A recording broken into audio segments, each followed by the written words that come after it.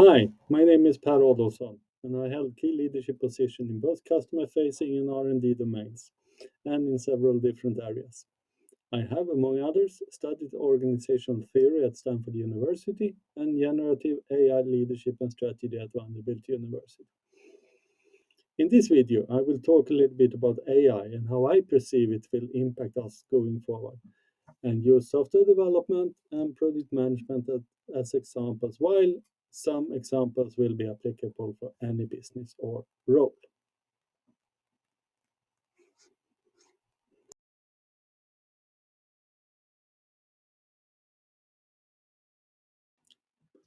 Let's start by looking back in time a little bit.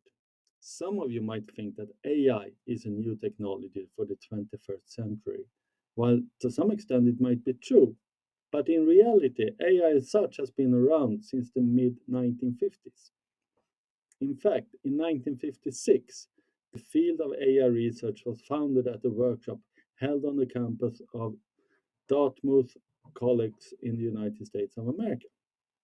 In 1997, IBM Deep Blue Computer defeated the world chess champion Garry Kasparov, showcasing the potential of AI in strategic decision making.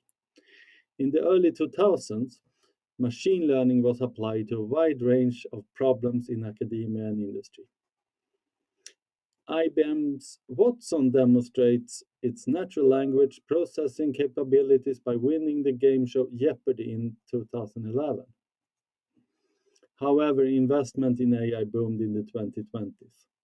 Initiated by the development of transformer architecture, led to the rapid scaling and public releases of large language models, LLMs, like ChatGPT and others. I will come back to LLMs later in this video.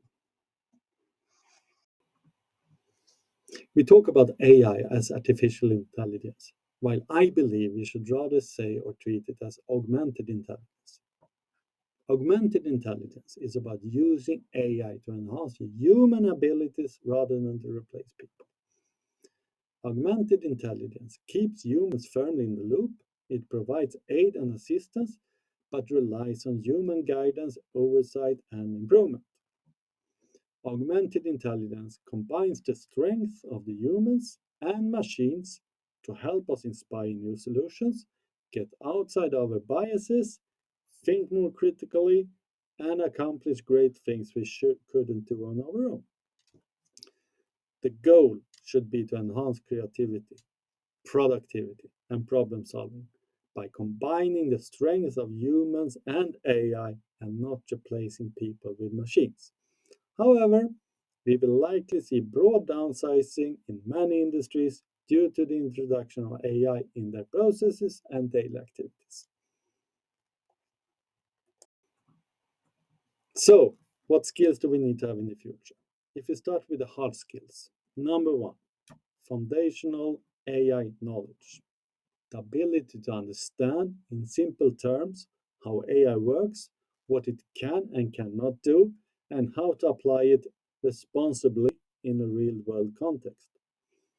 Number two, prompt engineering, i.e., how to configure the prompts to achieve what you want to achieve and get it in the most favorable format. Such format could be plain text, Outlook mails, or even Excel compatible files. Number three, security and privacy awareness. In the world we live in today, with geopolitical tension and continuous threats of industrial espionage, everyone must be observant with what information he or she can share and where it's okay to do it. Now, let's move to the soft skills, and let's start with critical thinking. As ChatGPT and many other AI tools are large language models that predicts the next word based on its learnings, we will get a broad range of replies. Let me bring an example. If I type, Mary had a little lamb, ChatGPT will reply with, Mary had a little lamb, its fleece was white as snow. But sometimes the output will be faulty, therefore forcing us to validate the correctness, hence the critical thinking. Let me bring another example. When I asked ChatGPT who was King Hans of Sweden, it replied with King Hans of Sweden was King of Sweden from 1497 to 1501. In fact, during that period, King Johan II was king. However, he was born in Denmark and his birth name was Hans, but he changed it to Johan II at the crowning. So ChatGPT output was not entirely correct.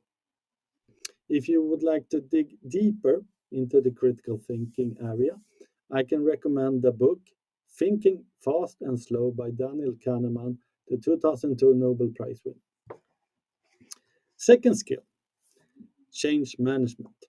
As AI will change how we are working today, in conjunction to the VUCA world we already live in, people and organizations who manage and embrace change will be the winners.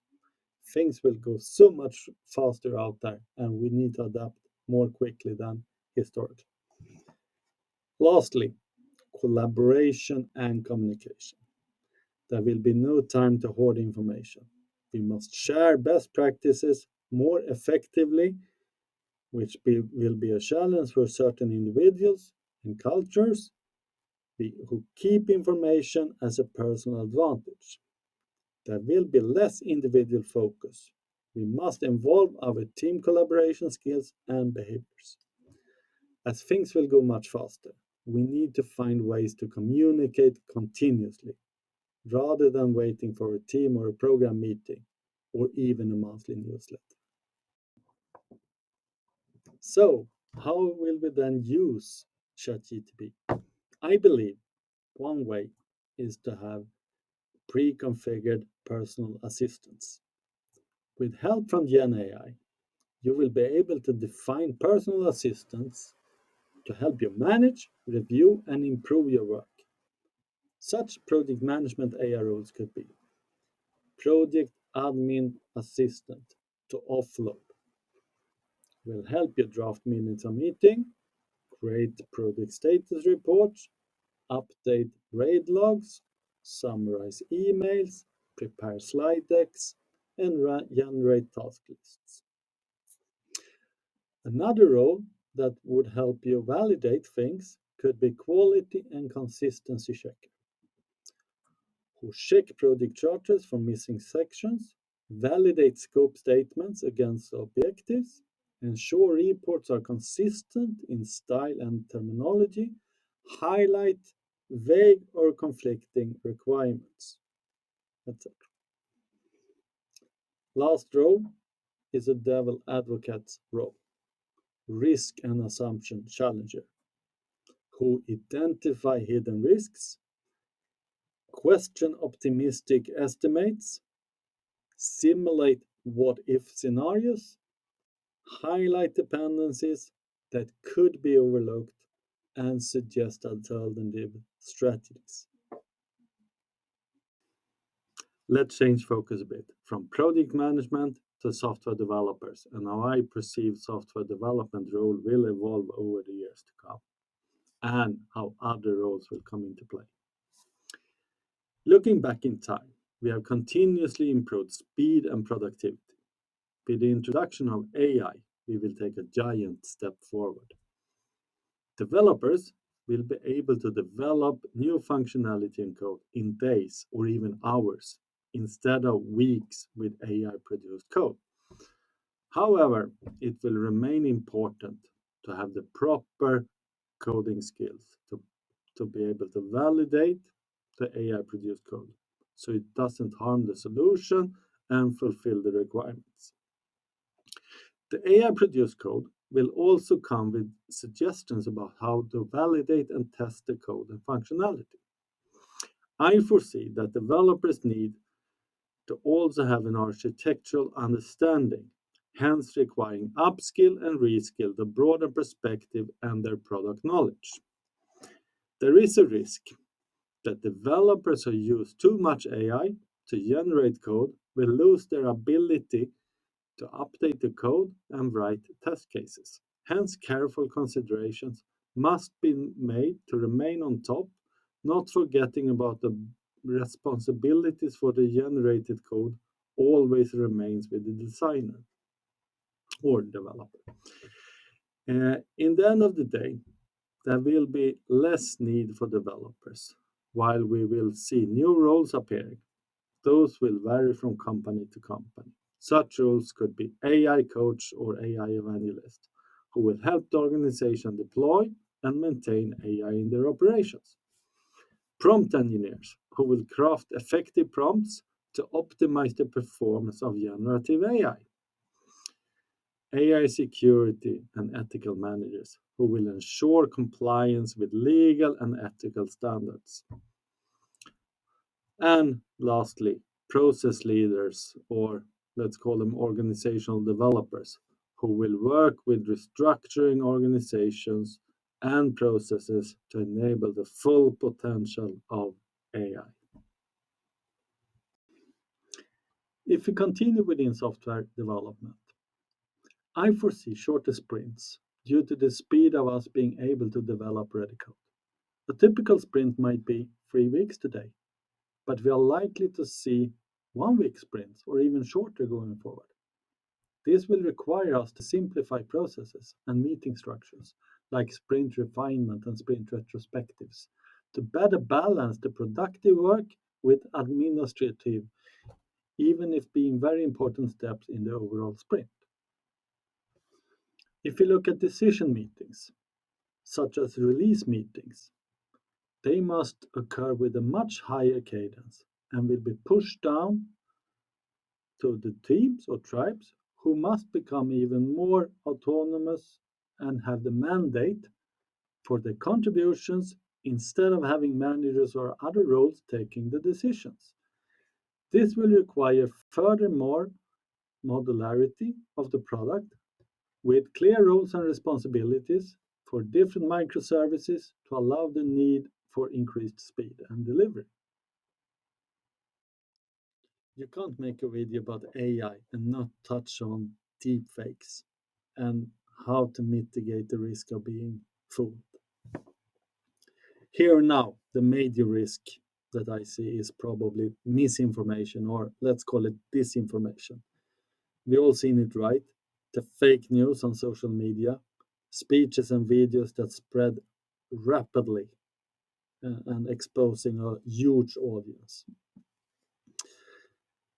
More dangerous is the next few years ahead, where we will see a lot of fraud and identity thefts attempt, where criminals impersonating CEOs, customers, or even colleagues via already published materials on social media, where those people have uploaded video or voice media exposing them for future potential frauds. So, what mitigation or what activities is there in order to safeguard ourselves from this? So, there could be some kind of watermarking authentication standard system where we embed invisible cryptographic watermarks in the AI generated content, or having digital signatures on legitimate documents, media, or even communication. We can also think about deepfake detection tools, where AI systems spot fakes by analyzing artifacts, inconsistencies, or even metadata. The future may resemble how we treat money today, where we don't trust every bill we see, right? But with the watermarks, the serial number, and the banking system, we feel more safeguarded and feel more secure to use the money. So society might need a similar system for authentication, digital reality. Let's see, only future knows. Thank you for watching. I hope this inspires you with some fruitful insights that you bring with you on your own leadership journey. Feel free to leave any comments or reflection, and remember to use a professional and respectful tone. Bye bye.